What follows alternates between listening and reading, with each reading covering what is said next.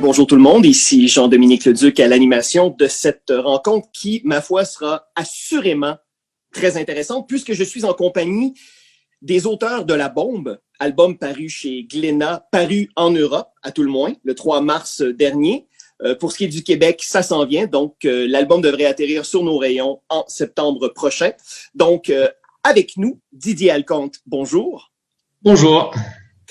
Laurent-Frédéric Bollé, bonjour. Bonjour également, à distance, mais bonjour, bonjour. On est tous à distance, hein? C'est bien de le préciser. Et Denis Rodier, également avec nous. Bonjour, Denis. Bonjour. Alors, messieurs, vous nous avez concocté un album,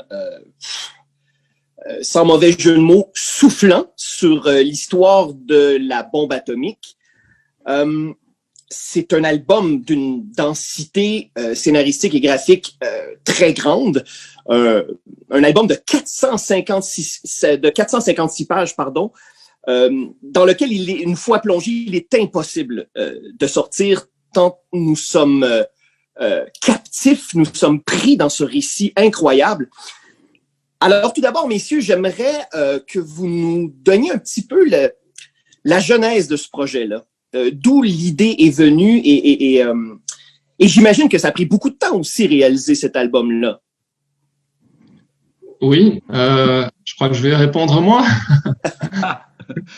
Mes collègues rigolent un peu parce qu'ils m'ont déjà entendu raconter cette histoire plusieurs fois, mais je suis bien forcé de la raconter à nouveau. Donc, en fait, la genèse de ce projet remonte vraiment à il y a très longtemps, il y a 40 ans en fait, puisque quand j'avais 8 ans, il y a un jeune japonais qui a débarqué dans ma classe. À l'époque, j'étais en 3e primaire, comme on appelle ça en Belgique. Et donc, il y a un petit japonais qui est arrivé dans ma classe parce que sa famille était venue vivre en Belgique pour 1 an parce que le père faisait une thèse de doctorat sur l'agriculture en Flandre au Moyen-Âge. Donc, c'est assez spécial, mais bref. Donc, son fils, qui s'appelait Kazuo, s'est retrouvé dans ma classe. On est devenus extrêmement amis, très copains. Je lui ai appris à parler français, on est allé jouer l'un chez l'autre, nos parents ont sympathisé, etc. Et c'est grâce à lui que j'ai découvert le Japon, d'abord à travers des livres, des cartes postales, etc. que lui m'offrait. Mais ensuite, 3 ans plus tard, donc lui était déjà retourné au Japon, j'ai pu à mon tour moi-même aller au Japon avec toute ma famille. On est resté là-bas pendant 1 mois et durant ce séjour, on a eu l'occasion de visiter la ville d'Hiroshima et le musée d'Hiroshima, donc le musée sous la bombe atomique. Et c'est cette visite, en fait, qui a tout déclenché parce que c'est une visite qui m'a vraiment marqué à vie. Quand vous voyez ce musée à 11 ans, c'est vraiment quelque chose forcément de très marquant. Et donc voilà, depuis 40 ans, j'ai un peu accumulé petit à petit de la documentation sur la bombe atomique. Et quand je suis devenu scénariste de bande dessinée, je me suis dit qu'il y avait là vraiment une histoire incroyable à raconter. Donc, je me suis attelé à la tâche, puis je me suis rendu compte très vite que ça allait être un bouquin énorme en termes de pagination, bien plus grand que tout ce que j'avais fait avant. Et donc là, j'ai fait appel à mon collègue et ami, Laurent-Frédéric, puisque lui, je travaillais déjà avec lui sur un autre projet historique à l'époque, il y a 5 ans, là. Et lui venait à ce moment-là de sortir un album tout aussi gros, même encore un tout petit peu plus gros, qui s'appelait Terra Australis et qui raconte la colonisation de l'Australie. Et donc voilà, quand j'ai vu ce livre, je me suis dit, c'est vraiment ce format-là qu'il faut pour la bombe. Et moi-même, n'ayant pas l'expérience de ce format, j'ai demandé à Laurent-Frédéric de se joindre à l'équipe pour m'aider à accoucher de ce beau gros bébé. Voilà. Et puis, on avait aussi Denis, évidemment, qui s'est joint à l'équipe. Denis, je le connaissais via un autre dessinateur québécois qui s'appelle Jean-François Bergeron, alias JF, avec lequel j'avais collaboré dans Spirou il y a longtemps déjà. Donc, c'est lui qui nous avait mis en contact. Et voilà, en voyant les dessins de Denis à l'époque, je m'étais dit tout de suite que j'allais faire quelque chose avec lui. Et voilà, sur ce projet-là, ça s'est concrétisé à notre grand bonheur parce que Denis a fait un boulot super. Ce qui est très particulier dans le projet, c'est que vous nous montrez tout ce qui mène, en fait, à cet événement tragique du 6 août 1945, donc la destruction d'Hiroshima. Et vous avez fait le choix très particulier et ma foi très, très intéressant de mettre l'uranium comme narrateur du récit. Et vous traversez vraiment une bonne partie de l'histoire, en fait, de l'humanité. D'où vous est venue cette idée-là et qu'est-ce que ça vous a permis, justement, de vous servir de l'uranium, qui est la composante centrale de la bombe? Ouais, Laurent Frédéric, je te laisse répondre. D'accord. Merci Chacun Didier. son tour. Didier qui a parfaitement résumé effectivement la genèse de ce projet. Donc, vous avez compris que je suis arrivé en deuxième niveau, si j'ose dire. Et assez vite, effectivement, Didier et moi, et Denis évidemment était dans les parages et nous en discutions déjà, on a éprouvé le besoin d'avoir une voix off, comme on dit, un narrateur. Alors, il y a plusieurs intérêts à cela. Il y a d'abord un intérêt un petit peu de travail, si j'ose dire, parce que sur 450 pages, vous vous doutez bien que c'est pas évident de faire vivre toutes les scènes que par du dialogue. Il y a forcément des changements de décor, des changements de temps. On a besoin de liant, comme on dit. On a besoin d'un narrateur. Ça, c'est sûr que ça ne peut qu'aider. Ce faisant, ça nous permet évidemment de développer un personnage qui n'apparaît que de manière un petit peu littéraire finalement, et ça nous permet de l'habiller d'une certaine manière. Cette manière, elle est dans son discours par rapport à un ton qui se veut très sentencieux, qui se veut très supérieur, qui se veut très divin et qui regarde les hommes de très très haut, conscient de sa force. Donc ça donne, je crois, sincèrement, une dimension assez forte à l'uranium et non pas à la bombe. Effectivement, je me permets aussi de le préciser, c'est bien l'uranium qui parle et non pas la bombe, qui est vraiment le cœur finalement de la bombe. Et ça nous permet effectivement de dispenser un petit peu quelques leçons par rapport à l'humanité, par rapport à cette course qu'elle a entrepris pour domestiquer une force qu'au début elle ne peut pas connaître, qu'elle ne peut même pas appréhender, dont elle ne sait pratiquement rien et qui va pourtant donc déclencher un feu absolument hallucinant sur le monde et dans l'histoire de l'humanité. Donc voilà, on n'avait que des avantages à avoir une voix off. Le tout était de trouver la bonne.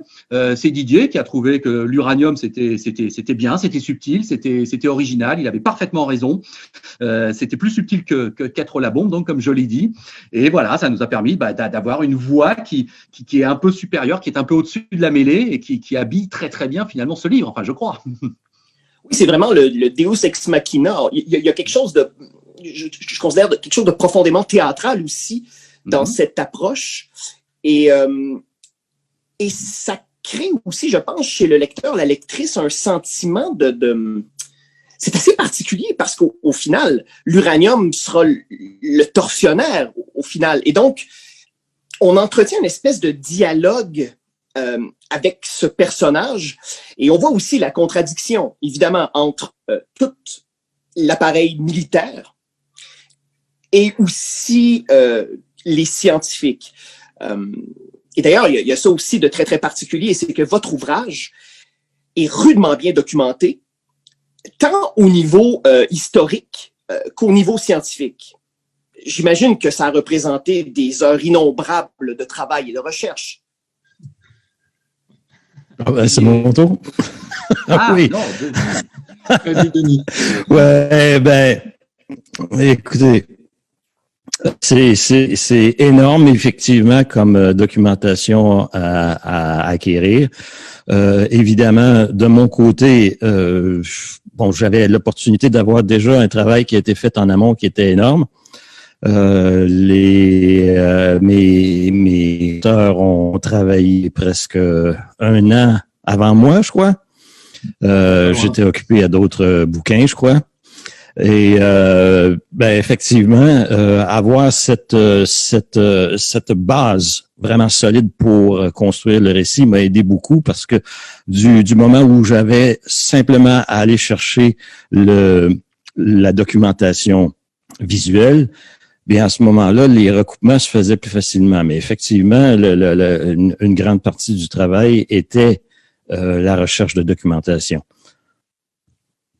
Mais il fallait quand même, parce que c'est très dense, évidemment, comme récit, et c'est de la géopolitique, donc on se déplace un peu partout dans le monde, il y a beaucoup d'implications, il y a beaucoup d'éléments.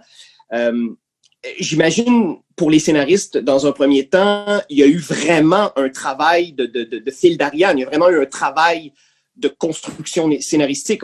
Est-ce qu'on parle d'architecture? Comment comment vous avez procédé, en fait, à la construction scénaristique de ce récit-là?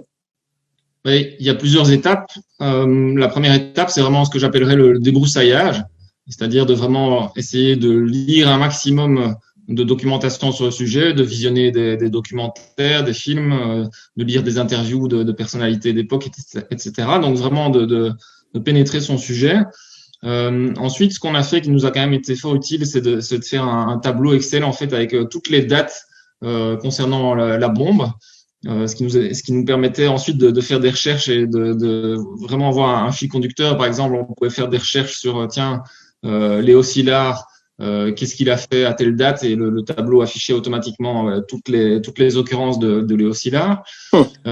Et ensuite, et là c'est vraiment, enfin jusque là c'est un peu du travail préparatoire, on va dire. Et ensuite après, il faut vraiment faire le travail du scénariste proprement dit, c'est-à-dire faire vraiment un effort sur la narration. Et donc, choisir d'abord un personnage principal. On a eu l'uranium comme narrateur, mais sinon, le personnage principal, c'est plutôt Léo Szilard, donc ce scientifique hongrois, qui est à la fois à l'origine du projet Manhattan et qui ensuite a tout fait pour que les États-Unis n'utilisent jamais cette bombe. Donc, on avait un synopsis de départ qui était déjà très long, qui faisait une 60aine de pages. On l'a découpé en une 40aine de séquences. 40 mini-chapitres, si vous voulez. Et chacune de ces séquences, donc on s'est réparti ces séquences entre Laurent Frédéric et moi en fonction de nos affinités. Par exemple, moi, j'étais très attiré par le personnage de Léo Szilard dont je vous ai parlé. Laurent Frédéric était un grand fan, entre guillemets, de Oppenheimer. Donc, il s'est occupé des scènes avec Oppenheimer, moi, celle de Szilard. J'aime bien l'action, donc toutes les scènes un peu de bataille, c'est plutôt moi qui m'en chargeais. Laurent Frédéric aime bien les discussions dans les bureaux, il est fort dans les dialogues, etc. Donc voilà, on s'est réparti un peu tout comme ça. Et puis par là, mais pour chaque séquence, on a vraiment essayé qu'il y ait un enjeu assez fort, de la tension, du comment dire, oui, et du conflit. Pour moi, c'est vraiment ça qui fait avancer l'intrigue et qui fait qu'on s'intéresse à ce que les gens sont en train de faire. Parce que dans chaque scène, quasiment, il y a un personnage qui veut un certain résultat et un autre personnage qui veut un autre résultat. Donc forcément, ils savent pas avoir tous les deux gain de cause. Donc ils s'affrontent en quelque sorte, même si c'est uniquement par les mots ou symbolique, etc. Mais voilà, on a essayé qu'il y ait du conflit au maximum dans chacune de ces scènes, tout en respectant la réalité historique. Donc on a recréé ces scènes, ces séquences, mais tout en respectant la base historique qui est là derrière. Donc voilà, ça c'était notre. Mais Laurent Frédéric veut ajouter quelque chose, je pense. Oui, c'est juste pour compléter ce que tu viens très bien de dire, Didier. Moi, finalement, depuis plusieurs mois que le livre est sorti et qu'on nous pose ces questions, effectivement, et à partir du moment où la base elle est historique et qu'il y a un aspect un peu documentaire dans notre livre, moi, j'en suis arrivé à la conclusion, chers amis, que je me décris plus comme un metteur en scène sur ce projet que comme un scénariste. Bien sûr, scénariste, c'est notre métier, on est dans la bande dessinée, on a l'habitude d'inventer nos histoires et de les découper, de trouver des points d'attaque. Bon, on est d'accord. Mais là, c'est vrai, à un moment donné, on peut pas réinventer l'histoire et nous ne l'avons pas fait, même si nous nous sommes accordés, on en reparlera, je suppose, tout à l'heure, une sorte de marge un petit peu de création et de licence littéraire, notamment par rapport à une famille japonaise. Mais par rapport donc à la réalité, c'est un travail, je pense, de mise en scène. Nous n'avons pas inventé Szilard, nous n'avons pas inventé Oppenheimer, nous n'avons pas inventé le général Groves, qui est plus vrai que nature. Donc, nous avions un effort à mettre côté mise en scène. Et mine de rien, c'était, si je puis me permettre, oui, c'était pas si simple quand même. C'est bien beau de dire, tiens, on va faire telle scène entre Szilard et Groves. Oui, mais on sait à peu près quand elle est intervenue, mais comment on va pouvoir l'habiller, comment on va pouvoir l'introduire, comment on va pouvoir la densifier, la dramatiser un petit peu. Bon, là, je crois que Didier et moi, on a vraiment bien travaillé main dans la main, si j'ose dire, même si à distance, avec des relectures, des corrections, des suggestions en permanence entre nous deux. Et évidemment, on est très fiers d'avoir accompli ce travail ensemble, car il s'est très bien passé. Mais là aussi, je pense que Denis ne va pouvoir que s'engouffrer dans la brèche que je viens d'ouvrir, parce que si je dis metteur en scène, si moi-même je me décris comme metteur en scène, alors vous imaginez bien que Denis, il l'a encore plus que nous. Ouais, effectivement, dans la mise en scène, ce qui a rendu le travail tellement intéressant, parce que on me demande toujours, ça n'a pas été difficile de faire 450 pages. Non, parce que effectivement, c'était bien avancé, c'était bien mis en scène, c'était bien écrit, tout bêtement. Parce que, oui, on peut parler de mise en scène au niveau scénaristique, mais quand on arrive à devoir les mettre en scène, mettre les personnages, mettre les acteurs, les faire interagir, il y a une énergie qu'on doit apporter au dessin pour que de simples conversations de bureau deviennent dramatiques, deviennent une scène intéressante. C'est pour ça que oui, effectivement, je crois que le terme de metteur en scène peut être utile pour décrire vraiment tout ce qu'on a fait ensemble, parce que malgré toute la solidité du travail de recherche historique qu'il y a derrière ce bouquin-là, il reste que il faut que ça soit intéressant, faut que les gens soient pris par le récit, parce que ce récit-là est quand même important dans l'histoire du 20e siècle, mais au-delà de ça, c'est un récit dramatique, drôlement intéressant. Oui, d'ailleurs, Denis, il y a une question de rythme. C'est-à-dire que lorsqu'on embarque dans l'album comme lecteur, je le disais d'entrée de jeu, on est comme pris. C'est impossible de délaisser la lecture. On a mis le doigt dans un engrenage et donc on plonge. Et c'est diablement bien rythmé, l'album. C'est-à-dire que non seulement c'est limpide et c'est très clair, et ça, messieurs, félicitations, parce qu'il y a plusieurs éléments. Non seulement au niveau de la narration, la scénarisation, c'est clair, mais Denis, au niveau du découpage également, il y a vraiment un travail de... C'est limpide, c'est clair, et c'est très généreux aussi, Denis. Tes planches, lorsqu'on lit l'album, on se dit, mais mon Dieu, il a travaillé combien d'années là-dessus, Denis? Il a travaillé 15 ans, 20 ans. J'aimerais que tu nous parles un peu de ton travail et du choix, messieurs, du choix aussi du noir et blanc, qui à mes yeux, en tout cas, me semble fort important comme décision. Important. Je suis certain que mes copains vont pouvoir ajouter sur l'élément du noir et blanc, puis de sa portée psychologique sur le lecteur. Mais de mon côté, il y avait un certain intérêt à faire du noir et blanc. Au-delà du fait que il y a le côté pragmatique d'utiliser une méthode la plus simple possible pour raconter l'histoire de la meilleure façon possible dans cet énorme volume. Mais pour nous aussi, moi particulièrement, utiliser le noir et blanc permettait de prendre un recul vis-à-vis des scènes un peu plus difficiles, comme évidemment les résultats de la bombe sur Hiroshima. Ça nous a permis d'avoir une certaine cohésion dans toutes les scènes, parce qu'on traverse la terre entière. Mais aussi, c'est quand même là-dessus que je veux insister beaucoup, parce que il y a cet élément de recul vis-à-vis des scènes difficiles nous permettent à la fois de mieux sentir l'horreur de la chose sans être distrait par un truc un peu grand guignol ou théâtral qui pourrait nuire à la chose. En même temps, ça me permettait aussi de pas trop censurer ce que je dessinais, justement pour pas donner l'impression qu'on veut tomber dans la théâtralité. Donc, cet élément-là de noir et blanc a été bien important et a été décidé dès le départ.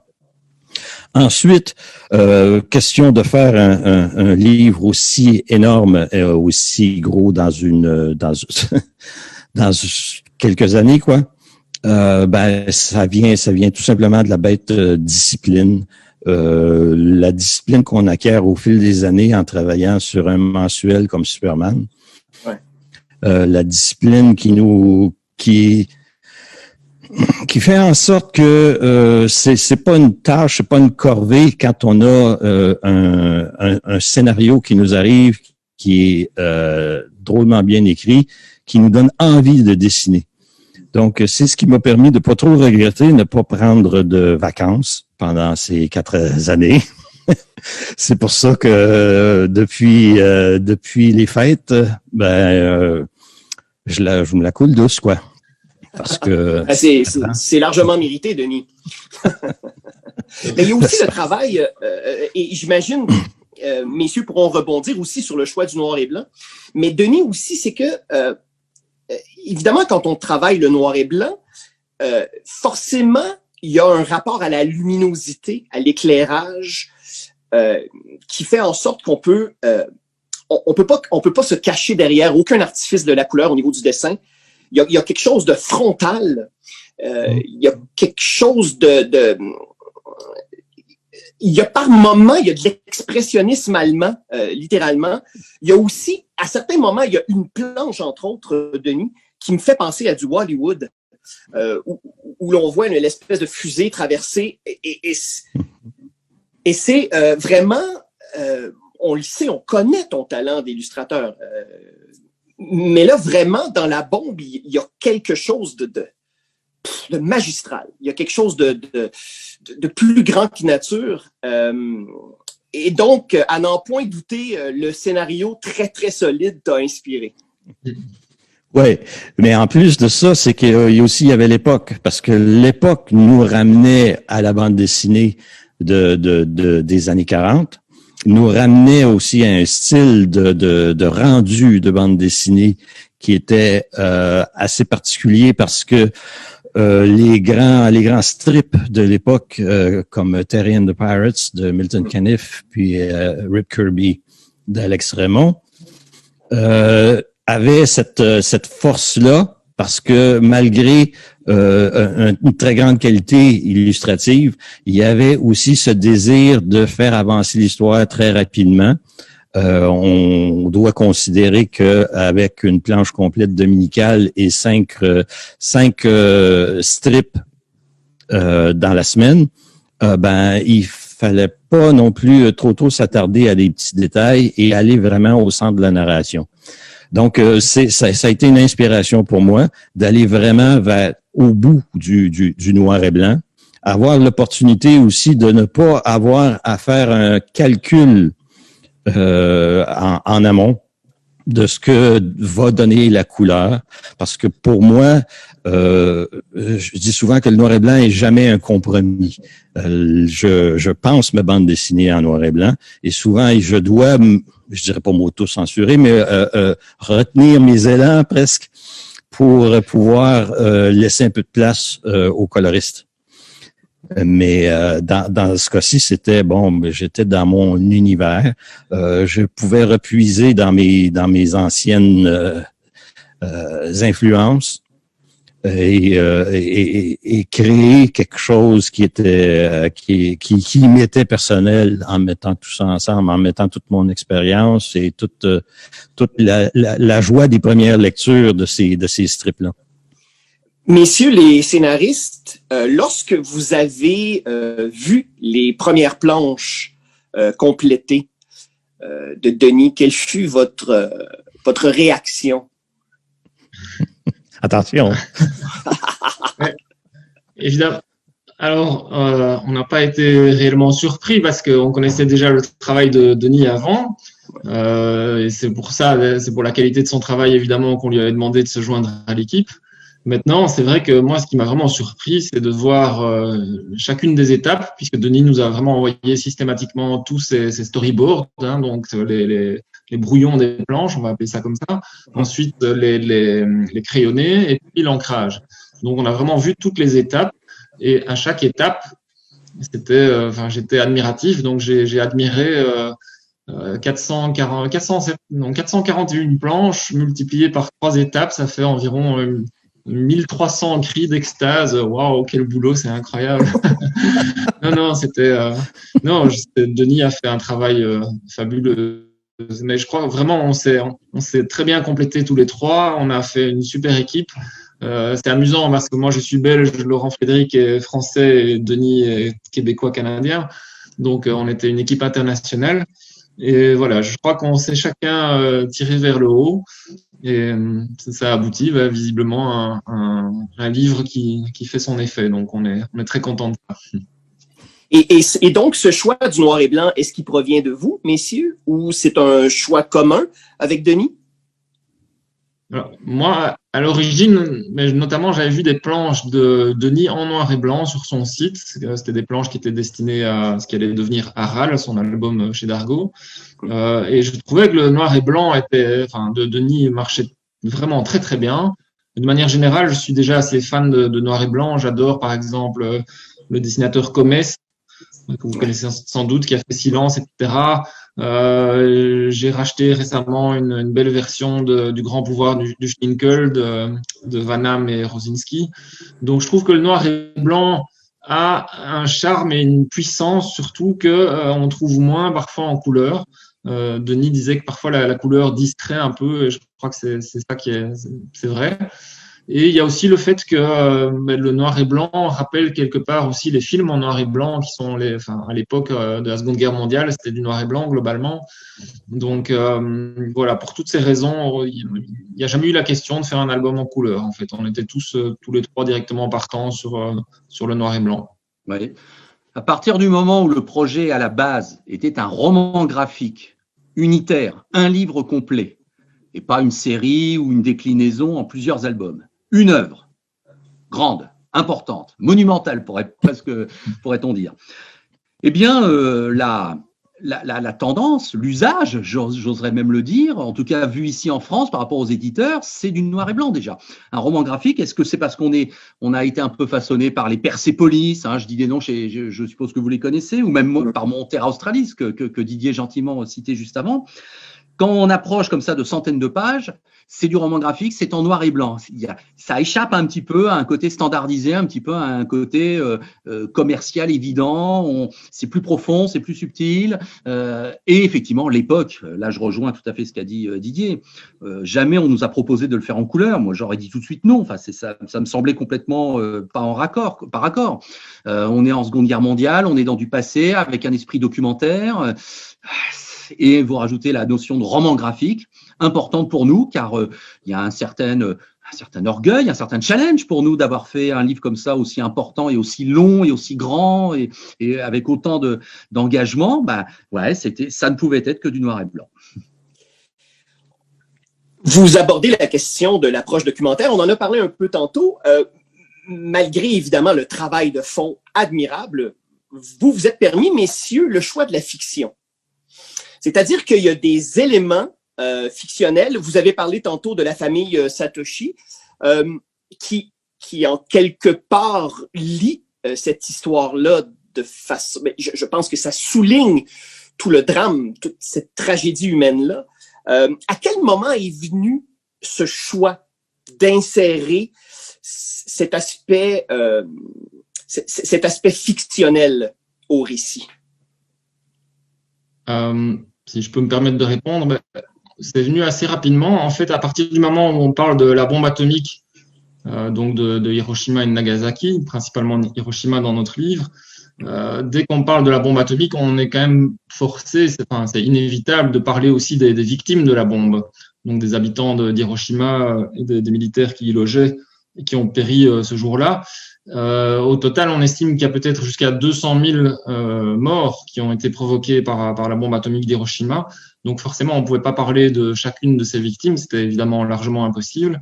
Mais du coup, on a voulu choisir et créer une famille qui soit donc fictive, inventée, mais qui serait symbolique et représentative en fait de l'ensemble des victimes d'Hiroshima. Donc dans cette famille, c'est la famille Morimoto.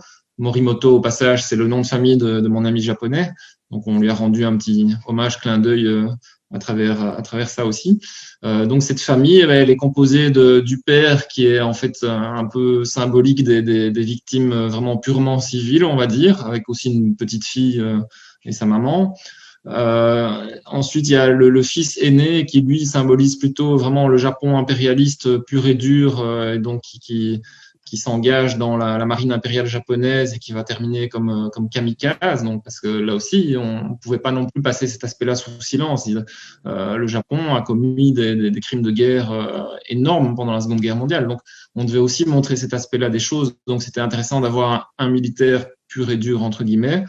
Et le fils cadet, le dernier élément de la famille, lui est plutôt un peu entre les deux, c'est-à-dire qu'il va aussi terminer dans l'armée impériale japonaise, mais enrôlé de force à la fin de la guerre, alors qu'il est encore tout jeune, parce que comme les Allemands l'ont fait à la fin de la guerre, voyant la défaite approcher, ils ont vraiment été chercher leur dernière force, et donc même les plus jeunes étaient engagés de force dans l'armée et envoyés sur le front. C'était vraiment devenu de la chair à canon.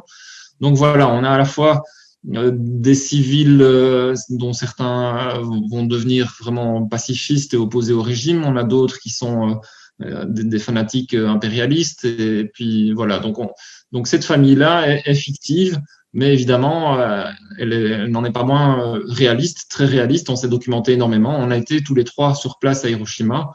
On a lu énormément. On a parlé avec notamment mon ami, mais aussi un guide japonais qui nous a énormément aidé, qu'on a rencontré à Hiroshima. Donc voilà, cette famille est fictive, mais voilà, réaliste. Et il y a aussi, je n'ai pas pu m'empêcher de voir une référence à Citizen Kane et à son Rosebud via le tricycle de la jeune fille en début d'album, qui est offert donc par le père de famille, même père de famille qui est assis dans les escaliers de la banque et qui revoit donc cette jeune fille qui a donc remis le vélo à son petit frère, et tous les deux, le destin se recroise à nouveau au moment même où la bombe frappe. C'est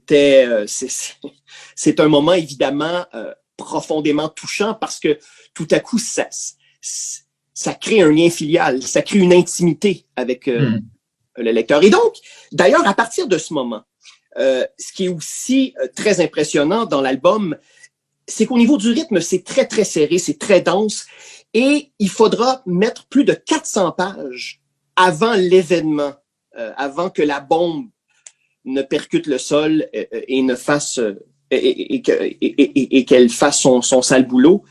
Et à partir de ce moment-là, au niveau du découpage, là, on a l'horreur, mais on a aussi un découpage beaucoup plus aéré, avec des planches certainement chargées au niveau émotif, mais comprenant très, très peu de cases. Ce choix esthétique-là, est-ce qu'il était là dès le départ? Est-ce que vous vous êtes dit à ce moment-là, il faut absolument mettre l'emphase sur la destruction? Ben, je crois pas qu'il y ait eu de prévision aussi loin d'avance, mais ça découle probablement de notre méthode de travail qu'on a adoptée ensemble, où mes scénaristes ont été assez généreux, puis ont eu assez confiance en moi pour pas trop donner de direction de mise en scène. C'est-à-dire, on avait à peine des indications brèves sur le nombre de cases ou des choses comme ça, sans aller jouer dans les plans, dans la façon de construire la page. Donc moi, à ce moment-là, je pouvais prendre cette matière brute et comment dire, en faire une partition, en faire une musique qui va se rythmer d'elle-même et qui va, comme je le disais souvent dans nos conversations, à certains moments, donner un point d'orgue, donner un point culminant et ensuite changer de rythme. Je me souviens que notre cher Franck, éditeur, m'avait dit, ouais, mais et si tu peux quand même aller déborder puis et t'éclater un peu plus avec les cases, mais j'ai dit non, parce que cette scène-ci en particulier, c'est une scène de discussion dans un bureau. Les scènes où il va avoir un peu plus d'importance, un peu plus d'ouverture, comme les essais de Trinité, comme justement la finale en apothéose, ben là, il va falloir justement ouvrir. Et là, ça va donner un contraste. Et là, justement, la partition va avoir du mouvement, va avoir du rythme et va créer dans son contexte global quelque chose qui va qui sera pas simplement une suite de bulles avec des petits dessins en dessous. C'est drôle parce que Denis, ça m'a rappelé, je fais un drôle de parallèle, mais à partir du moment que la bombe touche son point, c'est des planches complètes, c'est des illustrations complètes des demi-pages, et ça m'a rappelé le découpage de la mort de Superman.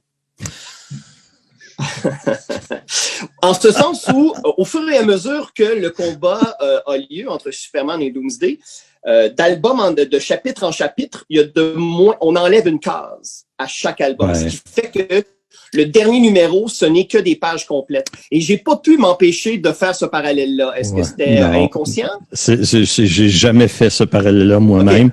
Okay. Dans le cas de Superman, c'était vraiment voulu, c'était vraiment, ça faisait partie, j'allais dire du gag, mais un peu du genre de défi qu'on s'était donné sur un mois, 4 équipes. Bon, ben, on fait le truc puis on y va. Faut dire qu'à l'époque où on a créé la mort de Superman, on n'avait aucune idée du succès que ça aurait pu avoir. Donc, pour nous, c'était simplement une façon de s'amuser. Ici, c'était vraiment pour servir le récit sans ennuyer, sans avoir un gaufrier, comme on dit, où il y a 6 cases du même format constamment pendant 450 pages. Non, là, je crois souvent, on a besoin d'accrocher le lecteur par le collet et de le brasser un petit peu. Malgré tout l'horreur qu'on voit dans l'album, j'aimerais citer la dernière phrase du narrateur, donc qui dit « Vous croyez mon histoire terminée? Et si elle ne faisait que commencer? » Et pour moi, la plus grande horreur décrite dans votre album, c'est la sauvagerie qu'elle présume de ce qui pourrait suivre. Et ça, j'ai trouvé ça très habile, c'est-à-dire de laisser le lecteur sur une réflexion, mais sur une appréhension aussi, parce que ce 6 août 1945, c'est terrible, mais ce n'est qu'une entrée en matière. Est-ce que c'était donc cette volonté-là? Est-ce que c'était volontaire de vouloir terminer l'album sur une mise en garde? Oui, ça fait partie d'un tout.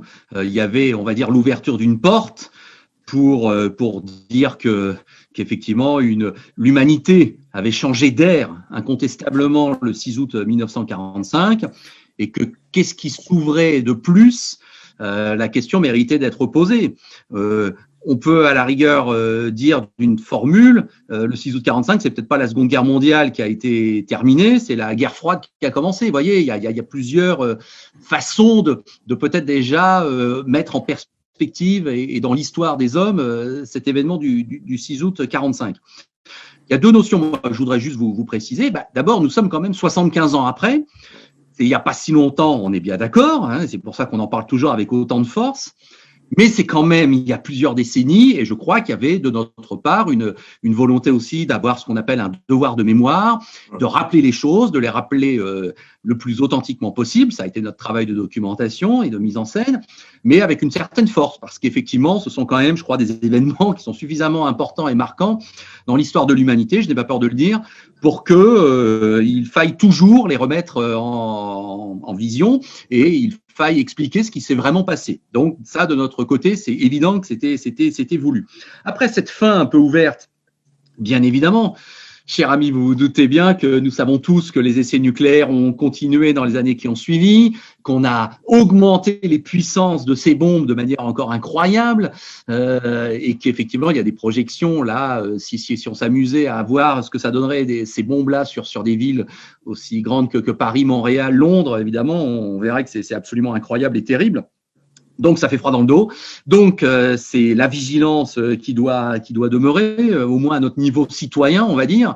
Et on ne peut que frémir en imaginant à quel point une situation pourrait dégénérer au XXIe siècle, même s'il y a moins de têtes nucléaires dans le monde qu'il y avait il y a une quarantaine d'années, on le sait, mais en même temps, il y a des pays qui se sont mis dans le jeu et qui peuvent inquiéter un petit peu.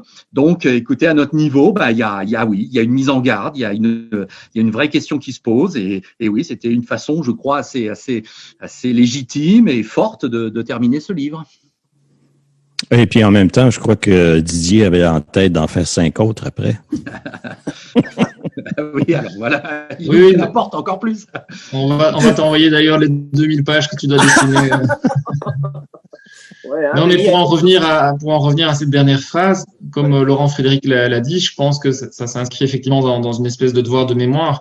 On a beaucoup forcément, en tout cas pas mal parlé ces derniers temps de Hiroshima, de la bombe atomique, parce qu'on commémore cette année les 75 ans, hein, c'était il y a quelques jours, le 6 août. Mais au-delà de ça, globalement, je pense que petit à petit, le souvenir de la bombe atomique s'estompe, et que dans les jeunes générations, il y a beaucoup de personnes qui ne sont même pas au courant en fait de ce qui s'est passé il y a 75 ans à Hiroshima, ou qui ne connaissent même pas le nom d'Hiroshima.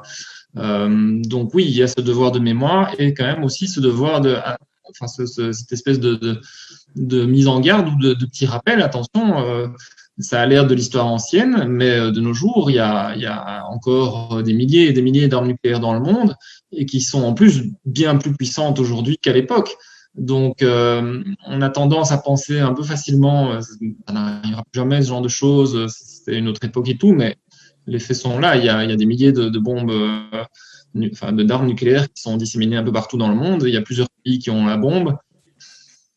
Voilà, donc on n'est jamais à l'abri d'un emballement qui pourrait très mal se terminer, comme ça a été à l'époque. Et je pense que dans notre livre, on voit bien qu'il y a quand même eu énormément de personnes qui ont vraiment fait l'impossible, ou en tout cas tout leur possible, pour qu'on n'utilise jamais cette bombe. Mais parfois, il y a des machines qui sont lancées et qu'on ne peut plus arrêter. Oui, et il faut savoir aussi, évidemment, que l'histoire a cette fâcheuse manie à se répéter. Donc, voilà. En ce sens, votre album ne peut être qu'actuel. Didier Alconte, Laurent Frédéric Bollé, Denis Rodier, félicitations, c'est un album magistral. C'est assurément un des grands albums de la QV 2020. Bravo. Et je suis très impatient que l'album arrive ici au Québec. Donc, messieurs, félicitations. Merci beaucoup. Et merci beaucoup donc de vous être prêtés au jeu de l'entrevue. Merci à vous. Merci.